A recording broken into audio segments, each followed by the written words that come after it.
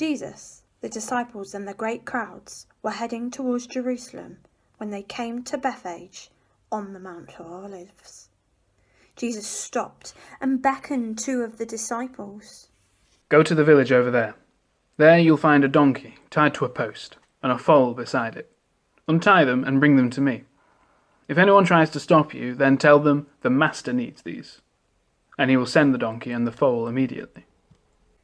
He sent the disciples on ahead so his entry to Jerusalem could fulfill what the prophet Zechariah had long since foretold. Tell this to Zion's daughter. Look, your king is approaching, seated humbly on a donkey, a young foal, a beast of burden. So the disciples went off and followed Jesus' instructions. They brought the donkey and foal to Jesus. They spread their cloaks on the animals, and Jesus sat down on them. The great crowds followed suit, laying their cloaks on the road. Others plucked leafy branches from the trees and scattered those before Jesus. And the crowds went before Jesus, walked alongside him, and processed behind, all singing, Hosanna! Hosanna! Hosanna! Hosanna! Hosanna! Hosanna! Hosanna! Blessed is he who comes in the name of the Eternal One. Hosanna! Hosanna! Hosanna to the King! Hosanna in the highest! Hosanna! Hosanna! Hosanna!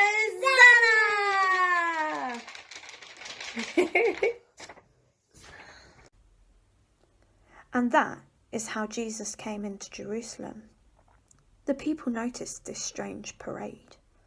They wondered who this could be, this humble bearded man on a donkey who incited such songs.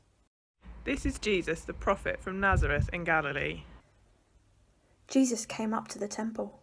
He drove out all those who were buying and selling. He upended the money changers' tables and the dove sellers' benches. It is written, my house will be a house of prayer for all people, but you have turned this house of prayer into a den of robbers. Then the blind and the lame came to the temple, and Jesus healed them. Rings of children circled round and sang, Hosanna to the Son of David!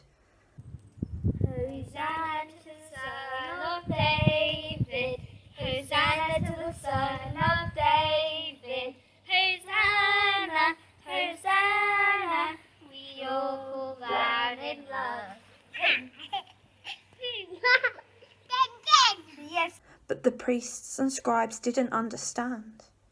When they saw the upturned tables and the walking paralytics and the singing children, they were shocked, indignant and angry. They didn't understand. Do you hear what these children are saying? Yes, haven't you read your own Psalter? From the mouths and souls of infants and toddlers, the most innocent, you have decreed praises for yourself. At that, Jesus left Jerusalem. He went to Bethany, where he spent the night.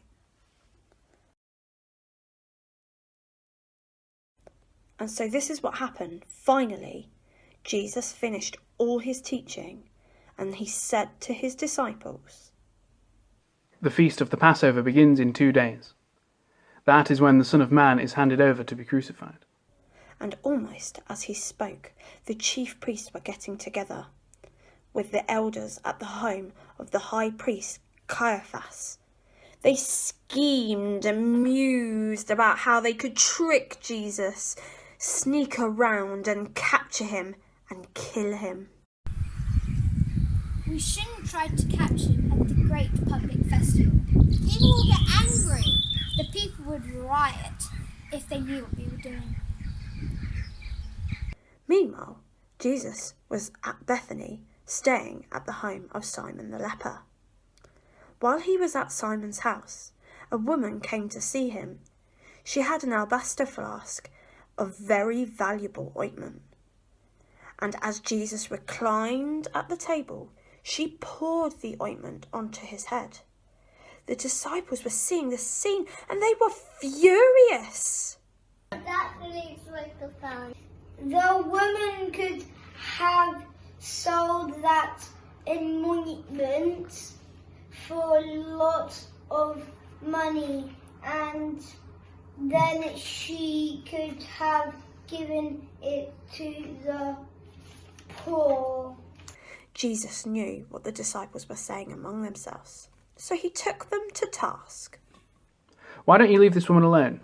She's done a good thing. It is good that you're concerned about the poor, but the poor will always be with you. I will not be. In pouring this ointment on my body, she has prepared me for my burial. I tell you this, the good news of the kingdom of God will be spread all over the world. And wherever the good news travels, people will tell the story of this woman and her good discipleship. And people will remember her. At that, one of the 12, Judas Iscariot, went to the chief priests. What will you give me to turn him over to you? They offered him 30 pieces of silver, and from that moment he began to watch for a chance to betray Jesus.